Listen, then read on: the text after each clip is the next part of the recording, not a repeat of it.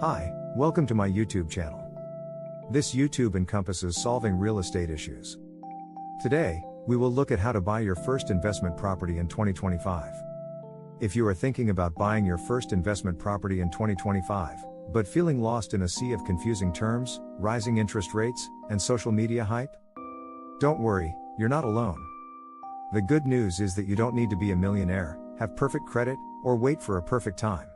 In this video, I'm walking you through a clear, honest, step-by-step guide to buy your first rental or investment property through the smart way.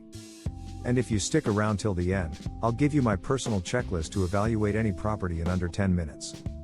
Let's dive in.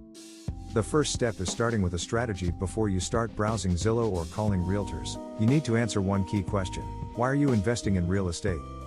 Are you looking to create monthly cash flow that helps you quit your job? Do you want to build long-term wealth through property appreciation?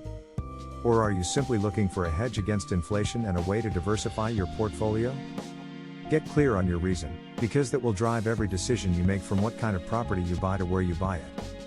Some investors focus on generating passive income, which is money that flows in every month from rent, ideally more than your mortgage and expenses. Others focus on appreciation, buying in areas where the property value is likely to increase over time. And don't forget about tax benefits, in which real estate allows you to deduct expenses, claim depreciation, and even defer capital gains taxes through strategies like the 1031 exchange. Bottom line is, start with your why. Strategy comes before spreadsheets. The second step is knowing your numbers. Let's talk numbers. This is the part most people skip but absolutely cannot afford to ignore. First, you need to determine your total budget. That doesn't just mean the property's listing price. You need to factor in closing costs, which can range from 2 to 5% of the property price. Then there's property taxes, insurance, and most importantly, reserves. Always keep at least 3 to 6 months of expenses in savings for emergencies. Next, learn the 1% rule. It's a simple way to tell if a rental property might cash flow. If a home costs $200,000, it should ideally rent for at least $2,000 per month. If it doesn't come close to that, the odds are it won't produce positive cash flow unless you're in a high appreciation market, and that's a different game entirely. Finally, there's the cap rate or capitalization rate. It tells you the return you're getting relative to the price of the property. For example, if a property earns $10,000 in net income annually and costs $150,000, that's a cap rate of 6.6%. Generally, you want a cap rate above 5 to 6% to make it worthwhile. The third step is finding the right properties. So where do you find great investment properties? They're not always listed on the first page of Google or Zillow. In fact, the best deals are often found off the beaten path. You can search the traditional way through the MLS, but you'll want a real estate agent who works with investors.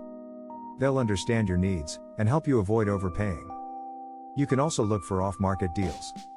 That might mean driving around neighborhoods looking for distressed homes, reaching out directly to owners, or working with wholesalers who find motivated sellers. You can also attend auctions or scour online platforms like Roofstock, LoopNet, and Facebook groups tailored to real estate investors. The key is this: don't just look at pretty pictures. Look at the numbers. And always research the neighborhood. Schools, crime rates, job growth, and rental demand matter more than granite countertops.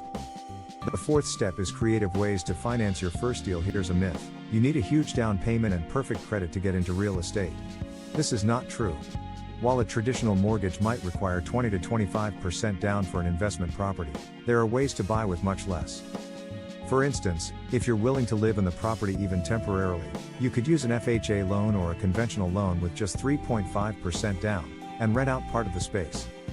That's called house hacking. You can also negotiate seller financing, where the seller acts as the bank and you make payments directly to them. Or bring in a private lender or a partner, someone who provides the capital while you find the deal and manage the investment. The point is that, don't let lack of money stop you. Let it motivate you to get creative. The fifth step is building your real estate team. Real estate is a team sport. Even if you're just buying one property, you need a few key players. You'll want a good real estate agent, someone who understands investing and can help you find deals that make sense financially. You'll need a lender who can explain your financing options and get you pre-approved. A home inspector is critical to uncover hidden issues before you commit. And in some cases, you might want a real estate attorney to help with contracts or negotiations. If you plan to renovate, a reliable contractor is worth their weight in gold. And if you're going for a more passive approach, a property manager can save you time and headaches. You don't need to be an expert in everything, you just need to build a team that is. The sixth step is closing the deal. Once you find the right property and secure your financing, it's time to close the deal. But don't get too comfortable, this is where things can get tricky.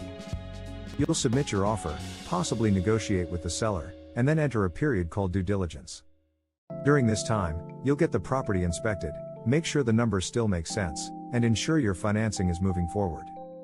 If everything checks out, you move forward to closing, you'll sign the paperwork, wire the funds, and the property is officially yours. And just like that, you're a real estate investor. But the journey doesn't stop here. Now it's about managing the property well and letting your investment start working for you. I have a bonus tip for you. It is the 5-point checklist I promised at the beginning of this video. First, make sure it generates at least $200 in monthly cash flow after all expenses. Second, the cap rate should be above 6%, this keeps your return strong. Third, check the local economy, is there job growth and low vacancy? Fourth, look at the neighborhood. Is it safe? Are the schools decent? And fifth, think long term, does this area have 10-year upside potential? If a property checks all 5 boxes, it's worth serious consideration. This is a complete roadmap to buying your first investment property in 2025. You don't need luck. You don't need to guess. Just follow the steps and run the numbers. If you got value from this video, hit that like button, subscribe for more no-fluff real estate tips, and drop a comment with your questions. I answer every one.